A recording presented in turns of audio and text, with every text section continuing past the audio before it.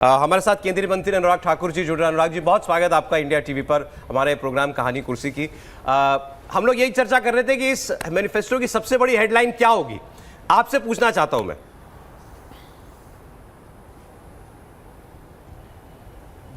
रघुकुल रीत सदा चली आई, प्राण जाए पर वचन न जाए। अच्छा, मोदी सरकार ने जो गारंटी दी वो सदा पूरी की। हमने जो कहा वो किया।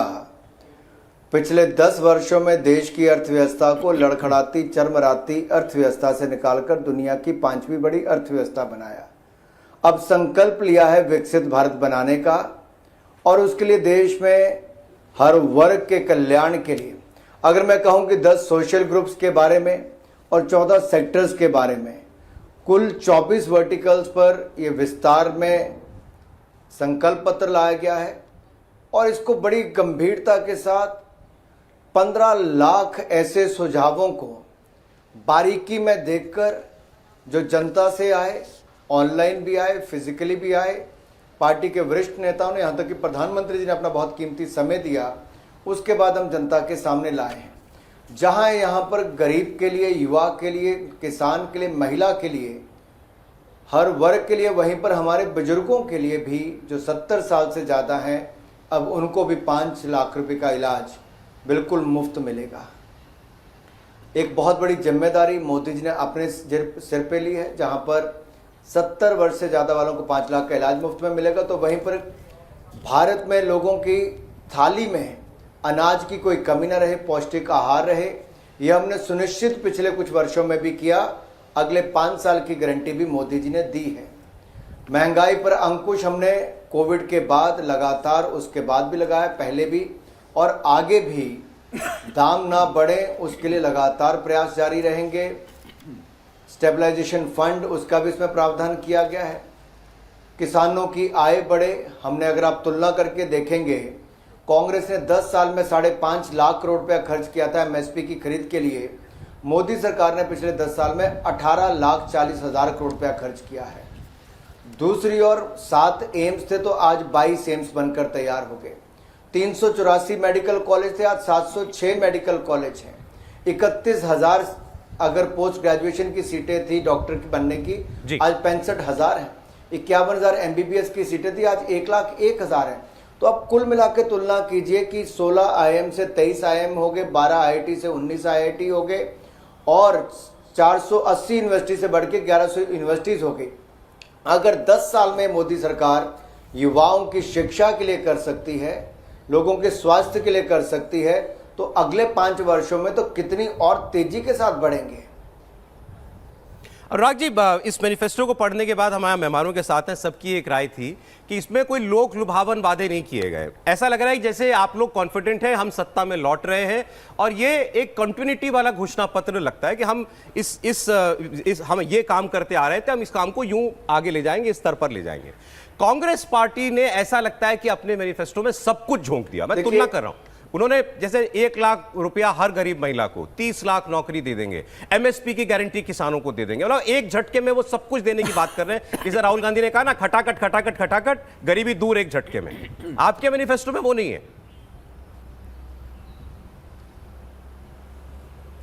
देखिए, पहली बात तो है कि ये वही कांग्रेस पार्टी है जो पंडित नेहरू जी के समय से लेकर राहुल गांधी जी के समय तक गरीबी हटाओ का नारा देती रही, लेकिन गरीबी हटी नहीं, गरीब और गरीब होता चला गया।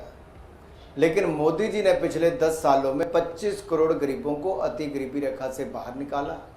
आज मात्र 1% से कम लोग गरीबी रेखा के नीचे हैं, अति गरीबी रेखा के नीचे हैं।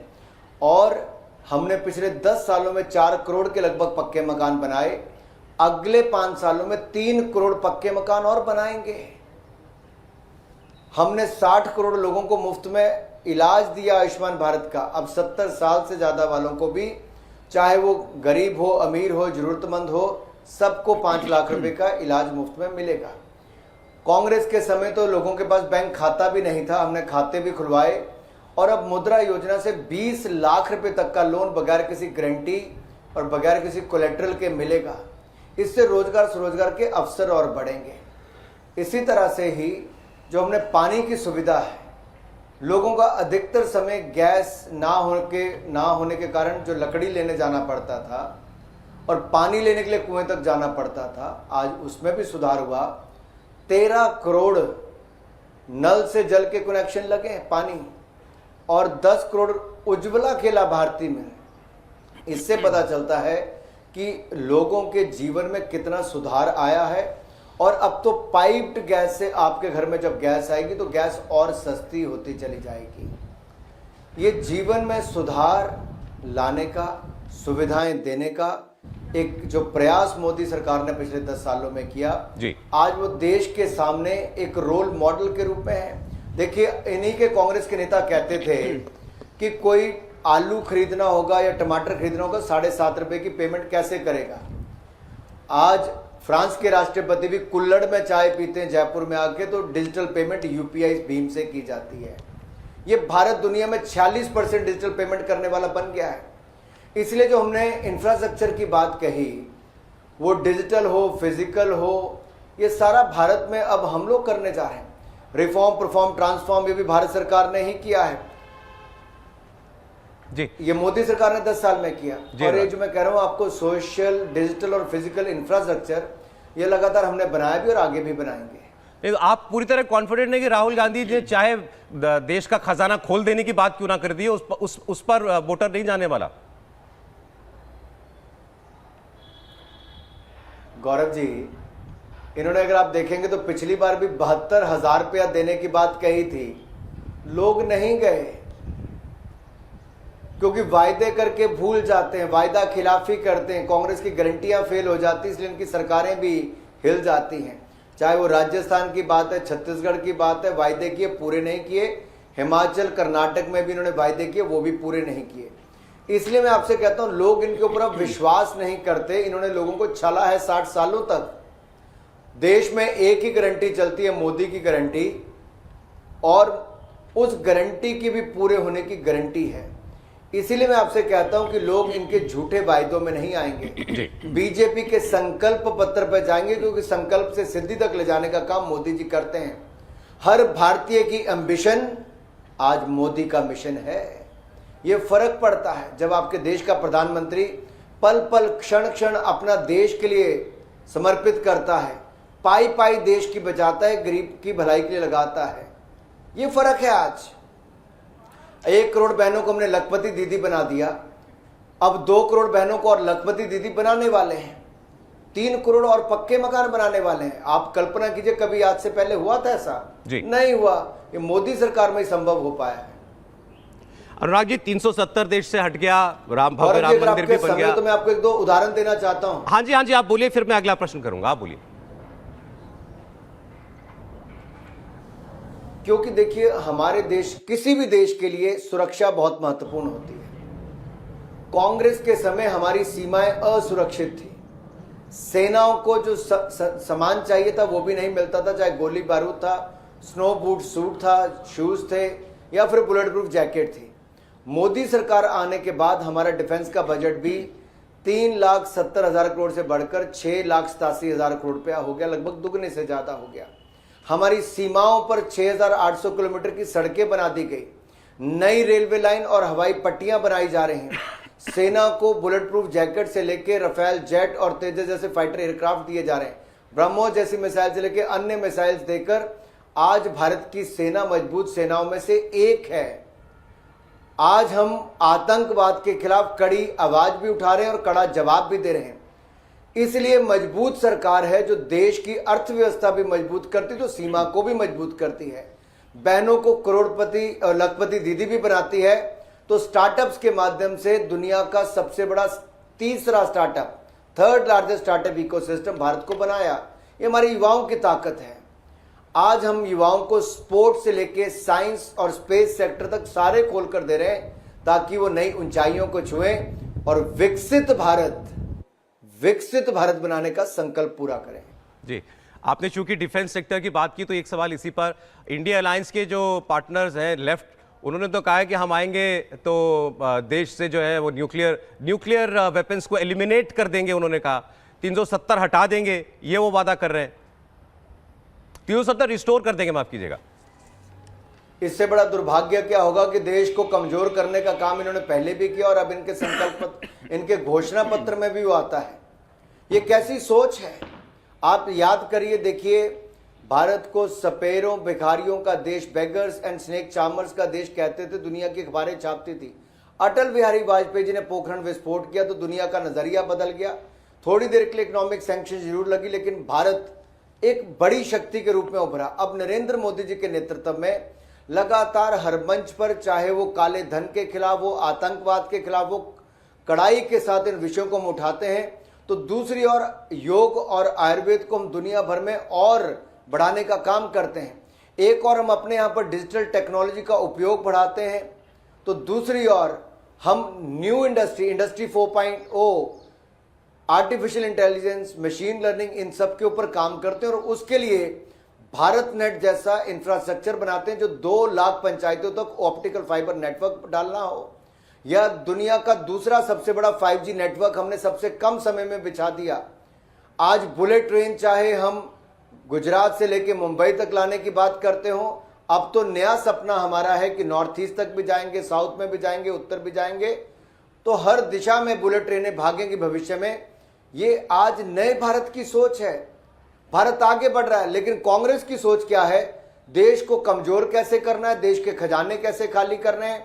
मोदी जी ने गरीब कल्याण भी किया, पारदर्शिता भी लाए, लेकिन साथ ही साथ अपना विदेशी मुद्रा भंडार 287 बिलियन डॉलर से बढ़ाकर 620 बिलियन डॉलर कर दिया, और हमारा जो एक्सपोर्ट है वो 380 बिलियन डॉलर से बढ़ाकर 766 बिलियन डॉलर कर दिया। हमारे बैंक 12 में से 11 घाटे में थे जब कांग्रेस सत्ता में थी, आज 12 के 12 मुनाफे में 1 लाख करोड़ से ज्यादा मुनाफा कमाया है। बैंकों का जो पैसा खा लिया था, लोग लेके भाग गए थे, उनमें से 15,511 करोड़ रुपए वापस दिलाया है। बैंकों की जो मार्केट कैपिटलाइजेशन है वो 4 लाख करोड़ से बढ़ के आज 17 लाख करोड़ हो गई। ये बदलाव हुआ है, ये रिफॉर्म हुई है और ये ट्रांसफॉर्मेशन हम देख रहे हैं। जी, अब आखिरी प्रश्न मेरा, अनुराग जी, आपने काफी विस्तार से बताया क्या हुआ है देश में, आगे आप क्या करेंगे, लेकिन जो बहुत बड़े वादे जो आपने किए हैं, जो सामाजिक स्तर पर देश के हर व्यक्ति पर जिसका प्रभाव पड़ेगा, पूरे देश के सोचने का नजरिया बदल सकता है। आपने कहा हम यूसीसी लेकर के आएंगे और 1 नेशन 1 इलेक्शन इंप्लीमेंट होगा। तो पहले ये तो हम ये तय माने, अगर आप सत्ता में आते हैं तो 2029 में सारे देश के इलेक्शन एक साथ होंगे, सारी विधानसभाओं के, लोकसभा के साथ? आवाज नहीं आ रही।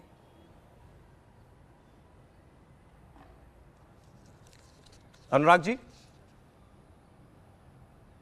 शायद फोन डिस्कनेक्ट हो गया है, दोबारा कनेक्ट होते हैं तो हम ये सवाल करेंगे, क्योंकि ये दोनों बहुत बड़े वादे किए गए हैं। यूनिफॉर्म सिविल कोड, प्रधानमंत्री ने कहा कि यूनिफॉर्म सिविल कोड पर बीजेपी का वादा है ये देश में लागू होगा।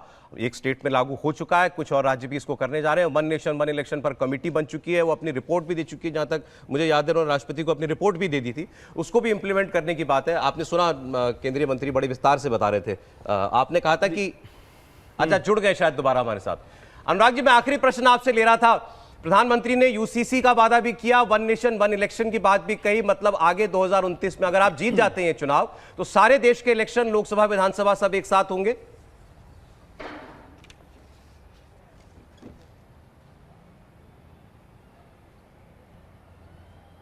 अनुराग जी, मेरी आवाज आ रही है आपको?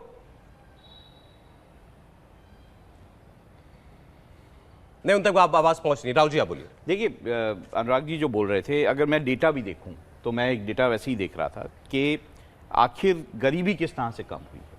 2015 में अगर हम देखें तो 18.7% वो गरीब थे, मतलब जो एक्सट्रीम पॉवर्टी में थे। अगर हम 2021 का डेटा देखें 12% रह गए थे। तो बड़ी तेज़ी से जो काम हुआ है, और ये सारे लोग मानते हैं कि प्रधानमंत्री नरेंद्र मोदी की जो स्कीम्स हैं लोगों के भलाई के लिए, वो स्कीम्स काम कर रही हैं धरातल। और यही एक कारण है कि प्रधानमंत्री मोदी को खुद पसंद किया जाता है और बीजेपी के लिए लोग वोट करते हैं। बहुत चेंज आया है लोगों के एटीट्यूड में। सबसे बड़ी तेज़ी से जो प्रोग्रेस कर रहा है जो एक ग्रुप, वो है जो मिडिल क्लास है। इस देश में मिडिल क्लास बड़ी तेज़ी से प्रोग्रेस कर रहा है। उनकी अगर आप पर कैपिटा इनकम निकालेंगे, सब कुछ निकालेंगे, तो ये कारण है कि जो चीजें प्रधानमंत्री मोदी एक बार फिर प्रयास हुआ अनुराग जी से बात करने का। अनुराग जी, मेरी आवाज आपको मिल रही है? धन्यवाद सौरभ जी, अब आ रही है। जी शुक्रिया, वो फोन डिस्कनेक्ट हो गया था बीच में। मैं आपसे कह रहा था देश में 370 हट गया, राम मंदिर बन गया, या आपके कोर इश्यूज थे भारतीय जनता पार्टी के। अब उसमें से एक रह गया यूनिफॉर्म सिविल कोड, जिसका प्रधानमंत्री ने वादा कर दिया है। साथ में आपने वन नेशन वन इलेक्शन की भी बात कर दी है। बहुत सारे विशेषज्ञों का यह कहना है कि ये दोनों चीजें जो है बड़ी डिसरप्टिव होंगी, देश को शायद इनकी आवश्यकता नहीं है और शायद ये इंप्लीमेंटेबल भी नहीं है।